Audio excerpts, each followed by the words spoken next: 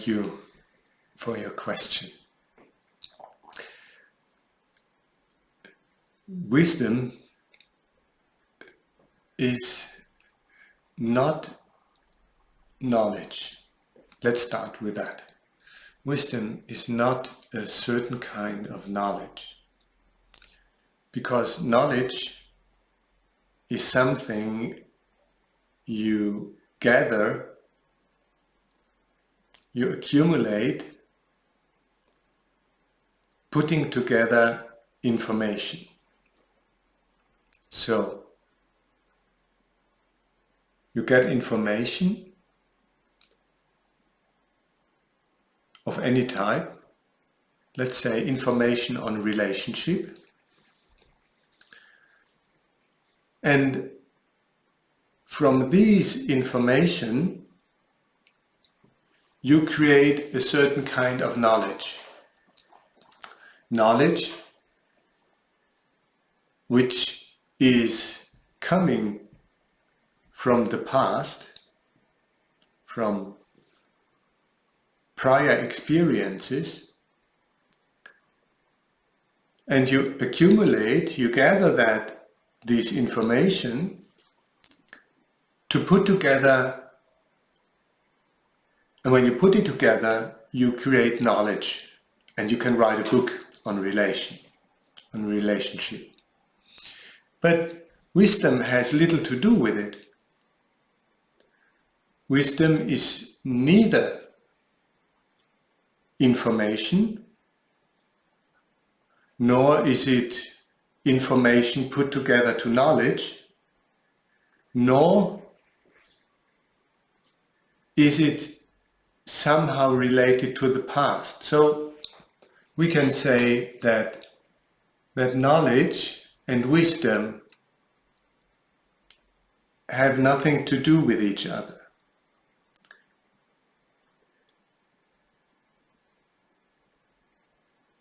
But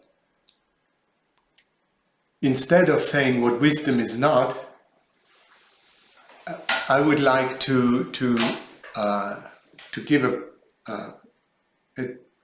not a definition, but to make a positive statement on what wisdom is. Wisdom begins when suffering ends. This is what I would like to say about wisdom, and to answer your question what wisdom is. Wisdom begins when suffering ends. And in that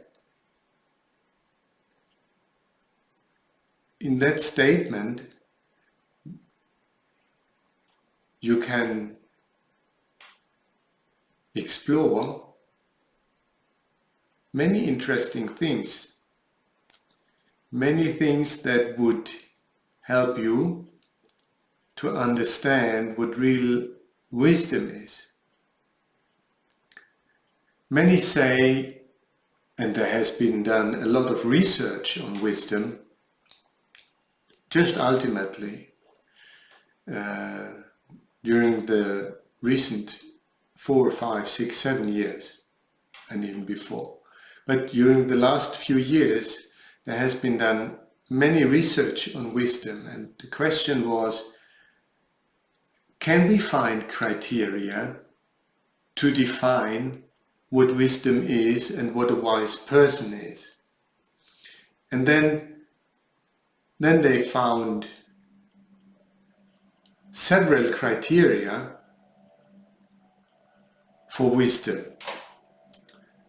So one of these criteria would be a certain resilience. Another criteria would be that you accept counseling from another person and that you give counseling to others. That would be a sign of wisdom. Or that you accept what you cannot change. That would be criteria a feature for wisdom. And they found a lot of, or some criteria to define what wisdom is, but let me put it this way, at the end, you only get information about what wisdom should be. How does that would help you to really understand what wisdom is? So I would say that wisdom can never be related to the past. You cannot gather knowledge, accumulate knowledge, and then from that knowledge think that you would be prepared to get to wise or wiser decisions for your life or for the life of others.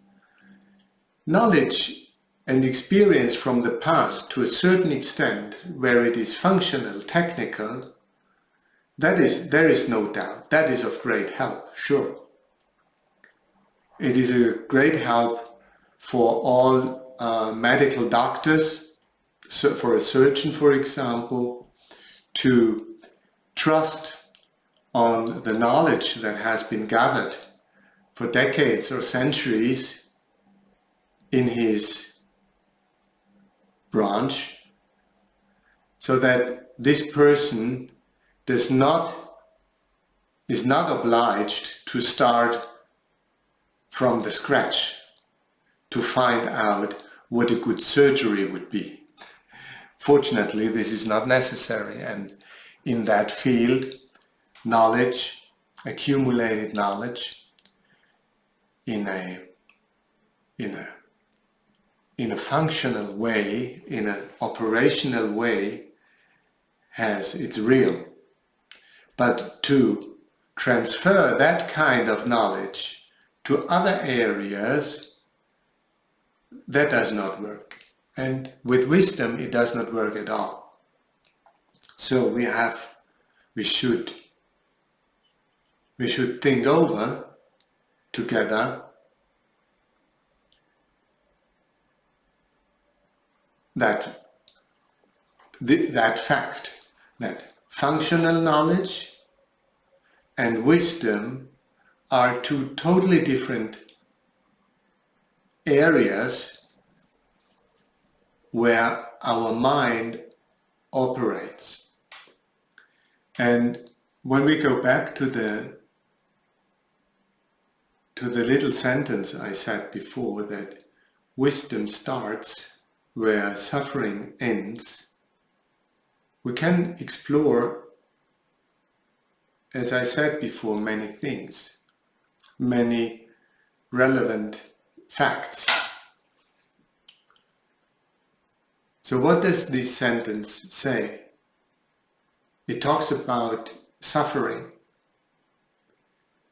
And I don't want to go very deep into what suffering is, but just want to talk about 2 or 3 major issues in suffering. Suffering is at the very core of our existence as human beings, especially in all the cultures that currently live on this planet. All these cultures create human beings with the very core of these human beings consists of suffering. We learn about suffering when we grow up, for example, in our families. We understand that when we want to be loved, when we want to feel secure, when we want acknowledgement, when we want to have something that would build up a feeling of being accepted, for example, then we have to behave in a certain way. Not only with our parents, but in school, at work, everywhere. So we learn that if we want to feel a little comfortable in that sense, we have to adapt. And that is a process of suffering because it corrupts what you really are, what you really feel, what you really want. It makes it a transaction. And this act of exchange is suffering because it suppresses what you really are and what you really need. And suffering is also related to all our fears of not being loved enough, of the fear that our partner could leave us, or the fear that we would lose a job, the fear that we feel in any kind of situation. So fear is part of suffering. And suffering is also, if we do not have the right information or the right knowledge in a situation, then suffering can grow. And suffering grows when our action is not right. And our action can never be right when it is driven by fear or achievement, which is another important factor. Even achievement, the want to achieve something, to become something, is linked very closely with suffering, because if you want to achieve something, especially in the outer world, but not only in the outer world, that accounts for the inner world as well, then you create a path of suffering. So we said before, wisdom begins when suffering ends. Having said these few issues about suffering, you can imagine maybe what we could understand by wisdom then. So wisdom could be a state of being where there is no fear, where there is no want to achieve something, no urge to achieve something, and there is no suffering. You know, suffering is a word that you use for inner, for psychological, for psychic pain, if you want to put it like this. Your body does not know suffering, it knows pain. So pain, the word pain we use when we talk about physical suffering, and the word suffering we use when we talk about psychic pain. So, and this suffering, this psychic pain, the suffering comes from fear, as we said, or better, from anxiety. So anxiety about the future, for example. And it comes from all our imaginations, all our pictures that we carry from the past. And when we think back to the past and all the pain we have, so we create suffering for the present.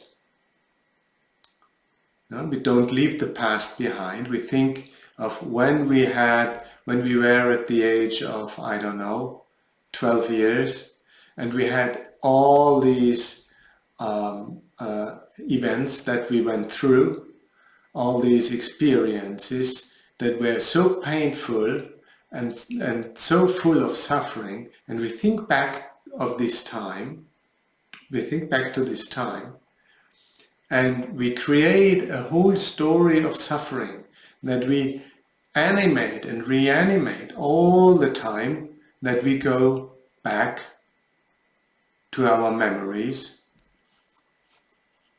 telling a story of suffering, wrapping around these facts, these events of the past, wrapping around these events, a story of suffering.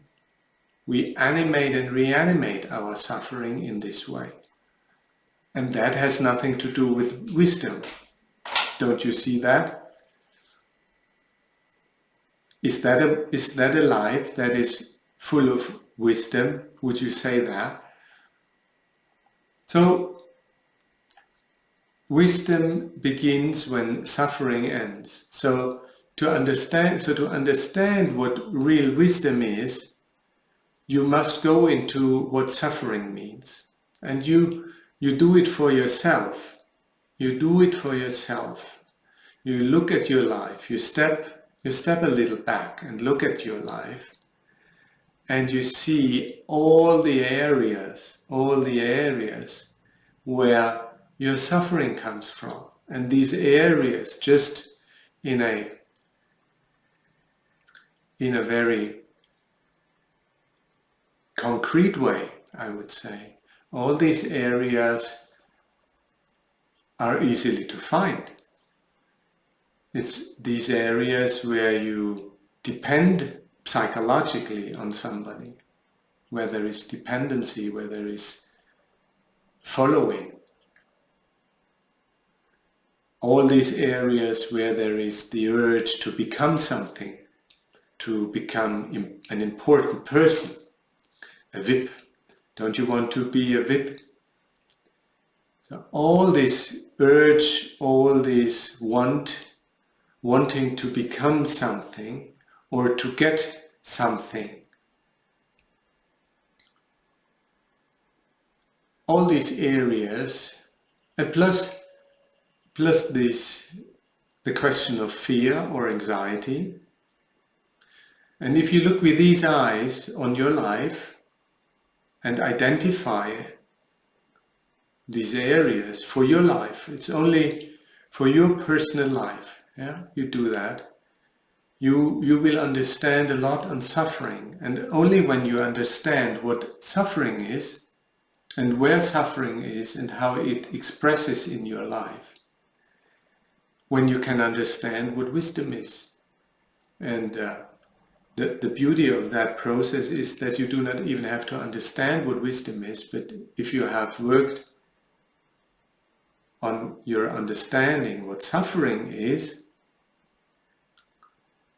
not in an analytical way, of course, not in an analytical way.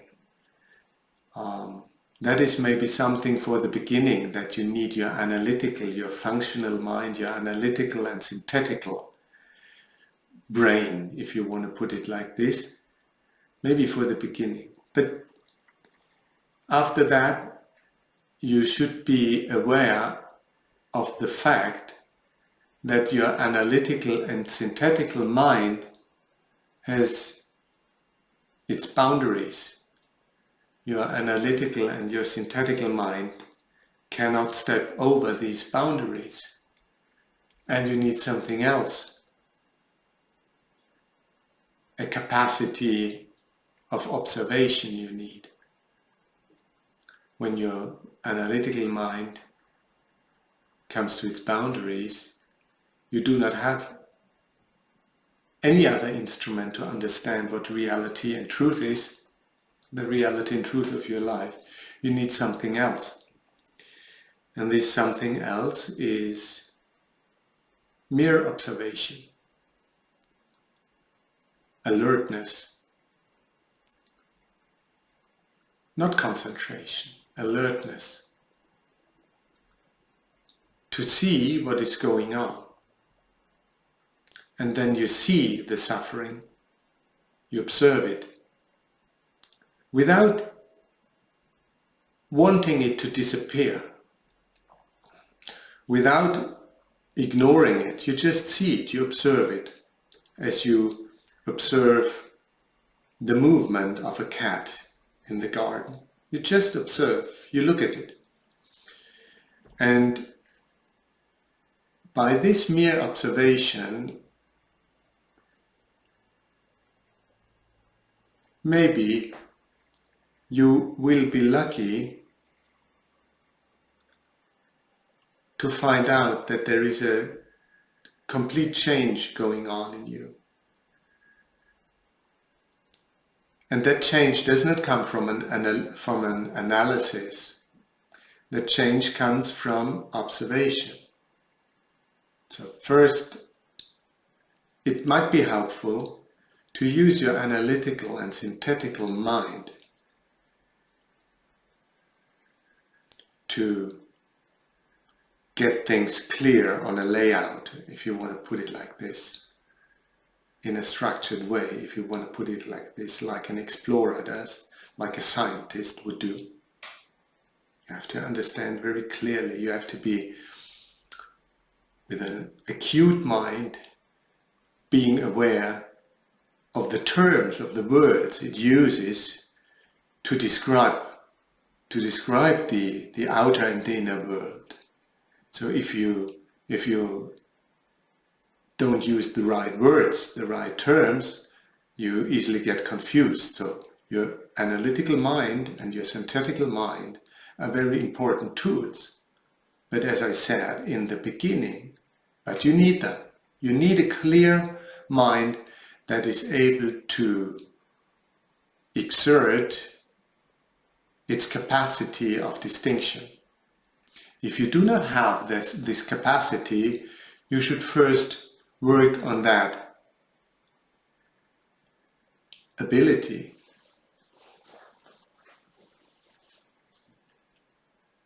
And then the next step, if you want to put it like this, is that you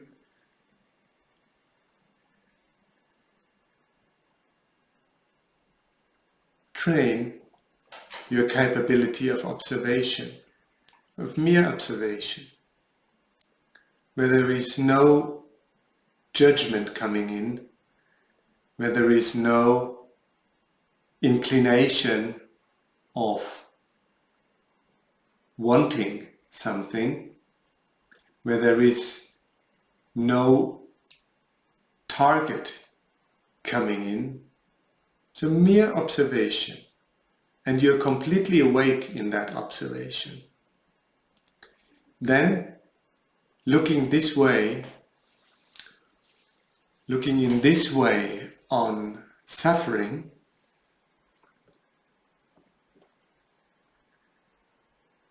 it might completely disappear. It might completely disappear. And when suffering disappears, when there is no suffering anymore, then wisdom takes place.